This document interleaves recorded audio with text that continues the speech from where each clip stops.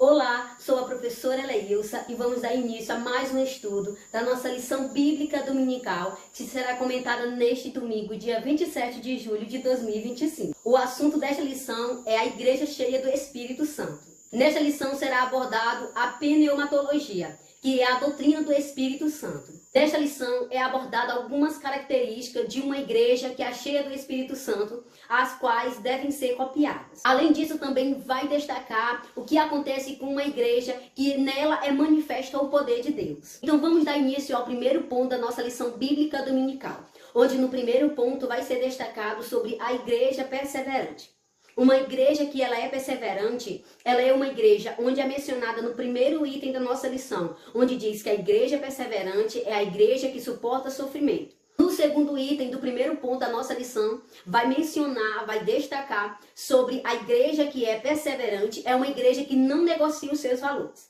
Já no terceiro item do primeiro ponto, vai ser destacado sobre uma igreja que é convicta da sua fé. Nesse primeiro item, que fala sobre a igreja que é perseverante e que ela suporta sofrimento, nós vamos encontrar a partir do livro de Atos, falando sobre a igreja que nasceu em Jerusalém. Só que quando essa igreja nasceu, em que ela recebeu o Espírito Santo de Deus, nós vamos ver que a partir daquele momento ela sofreu perseguição. Como exemplo, quando Pedro e João estavam no templo em que eles encontraram aquele coxo, ali eles estavam cheios do Espírito Santo de Deus. Porém, aquele coxo pediu para Pedro e João uma esmola. Só que Pedro, já usado por Deus, usado pelo Espírito Santo de Deus, ele disse: eu não tenho prata e nem ouro, mas o que eu tenho, isso eu te dou. Em nome de Jesus Cristo, levanta e anda. Por conta disto, por conta desta atitude, Pedro e João foram levados cativos. Isso é suportar o sofrimento, ou isso é sofrer pelo Evangelho de Cristo. Também não podemos deixar de mencionar o apóstolo Paulo, um grande homem, usado, chamado por Deus.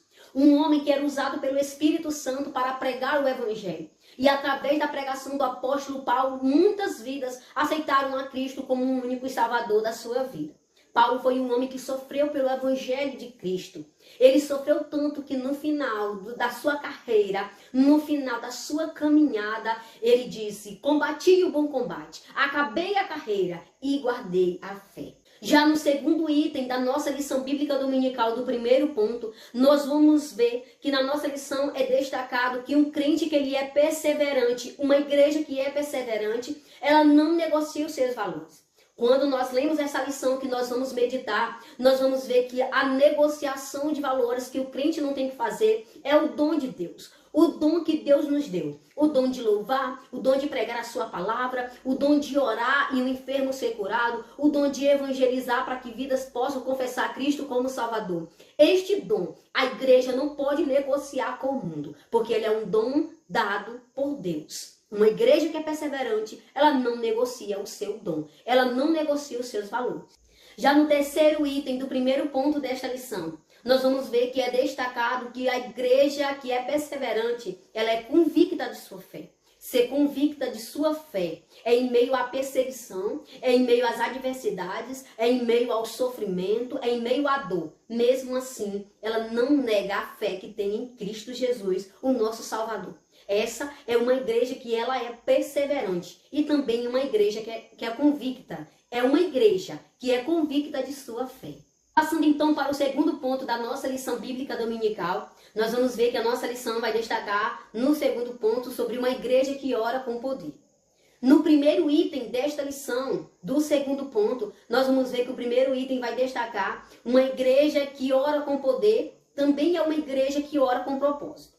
A igreja, ela só é cheia do poder de Deus se ela orar com propósito. A oração faz parte de uma igreja que é perseverante. A oração faz parte de uma igreja que ora com poder. A oração faz parte de uma igreja que ora com propósito. Uma igreja cheia é uma igreja que ora com poder e com propósito. Segundo item do segundo ponto da nossa lição, nós vamos ver que vai abordar sobre uma igreja que ora em unidade. O que é unidade? Uma unidade de fé, uma única fé. E esta fé está fundamentada em Cristo Jesus, o nosso Senhor. Terceiro item do segundo ponto da nossa lição bíblica dominical vai ser destacado sobre uma igreja que ora fundamentada na palavra de Deus.